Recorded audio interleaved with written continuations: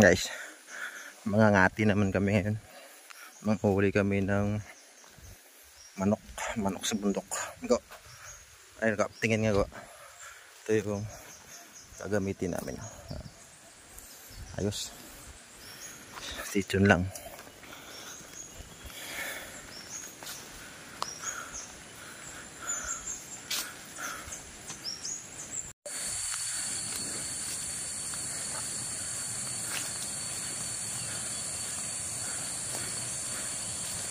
Yukan, nandito sa daanan mismo. Ang dami.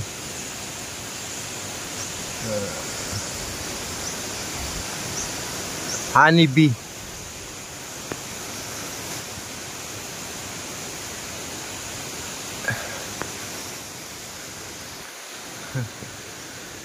So yun yung mga trail.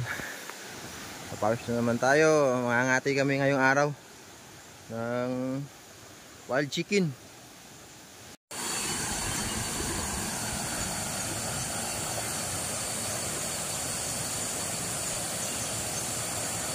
Panoorin niyo paano siya gumawa ng traps para sa pangati niya, sa manok niya. Kasi lalapitan niya ng mga wild wild chicken or labuyo.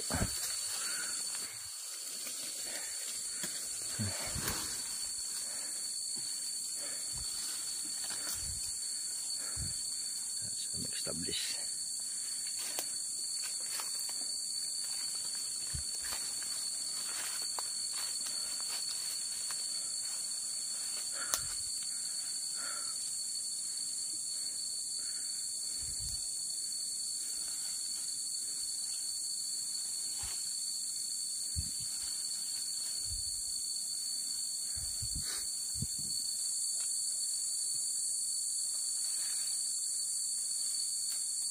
Technique pang survival sa bundok para makahuli ng makakain.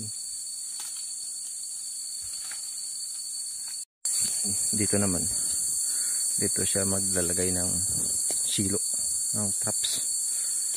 Ayan, yung ginawa niya kanina. Ayan yung pagtataguan namin.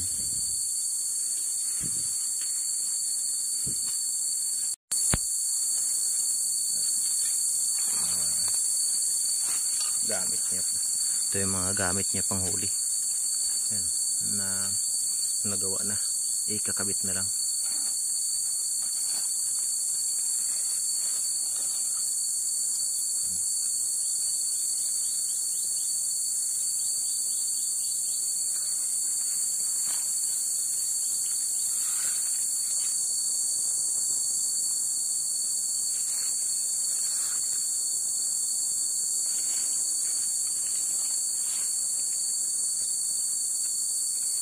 Kakaiba ng kulay niya parang baging lang hindi mapupuna masyado na traps pala to. Tingnan niyo. Ano yung kulay niya.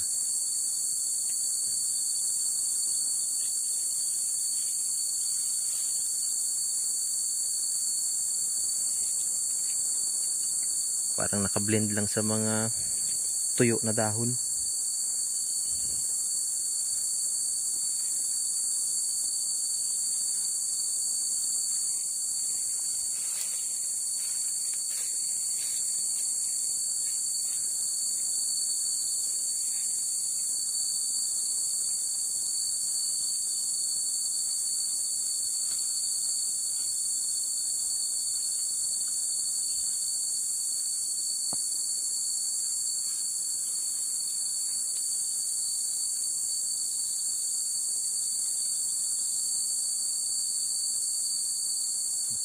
Maganda yung kulay. Hindi mo masyadong mapansin talaga.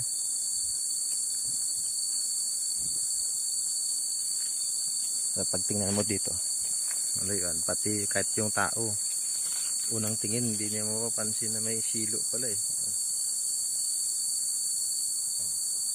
Kasi yung kulay niya nakablend talaga sa mga tuyo na dahon. Kakaiba din. Galing.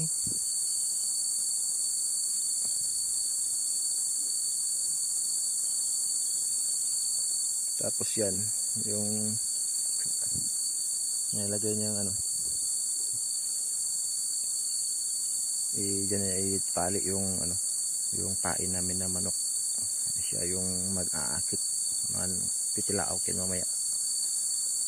Lalapitan siya. Ito nalapitan siya. Dadaan siya dyan sa mga nakablind na lubid na yan. Nakatraps. Kuha siya.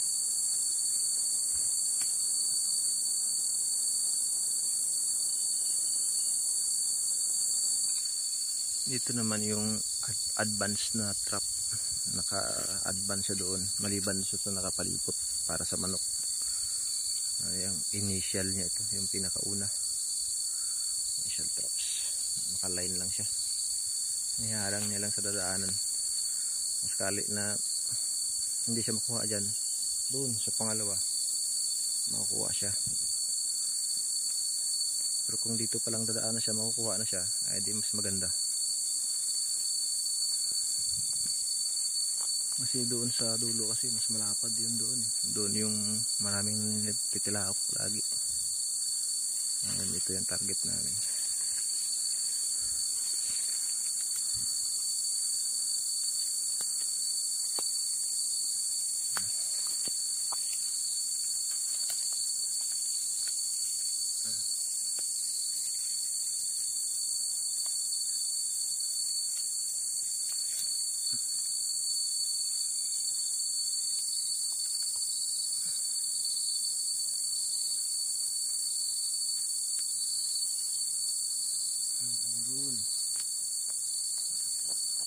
Mabilis lang ikabit kasi gawa na eh.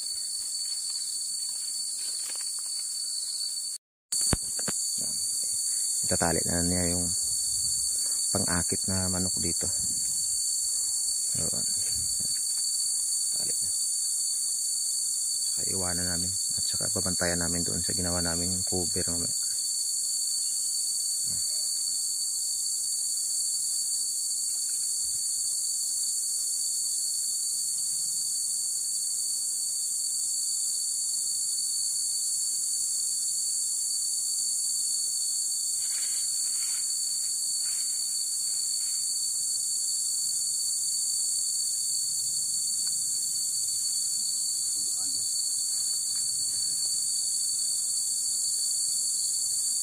Labuyo din yan eh. Pinalaki lang din nila pa.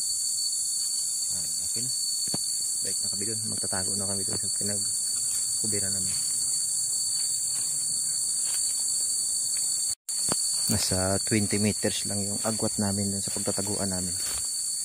Ito yung taguan namin. Makikita namin doon yung ano. Ayun, kitang kita. 20 meters lang.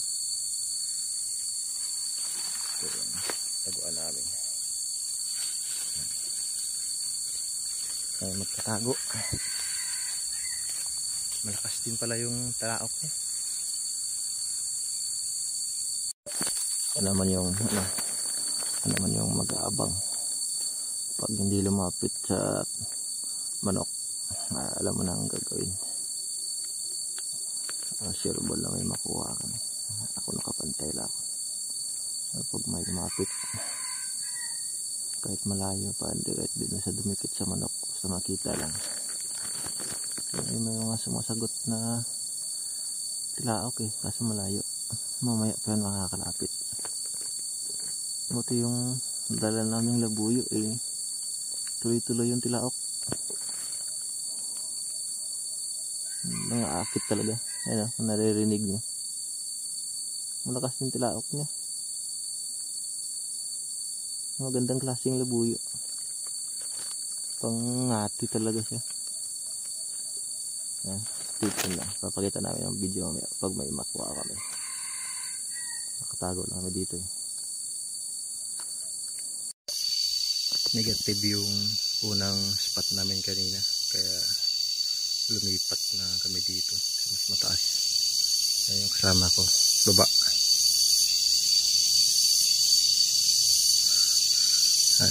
Magalaw siya. Naglalagay siya ng traps doon. Ako naman dito sa high ground taas. Sarap ng hangin. Talagang gubat. Sarap matulog dito, malamig paggabi. Asoy, napakaganda ng tanawin. Puno ng kahoy. Taang ng lamig ng hangin. Dito kami mag-aabang. Yung traps na to, bali ito yung pamain niya, makikita niyo una. Ayun pag nakuha na niya. Tapos kukuhaan niya doon yung sa may butas sa loob. Yan, may isang pa pang pamain sa loob eh. Ayun, tatalsik yan yung yung maliit na kawayan na yan. Pag apakan niya, pag dinukot niya, subukan na dukutin yun ng dulo. Kasi yung saging na yan sa baba, may tali din yan kasi pag binunot niya ngayon, tatalsik yung ito yung parang kabli na yan. Ayan o. Yan yung kabli, tatalsik. Pag binunot niya yung saging na yan. Tapos ito naman, yan yung maghihila sa dudukot sa saging na yan. Ayan o, malaki.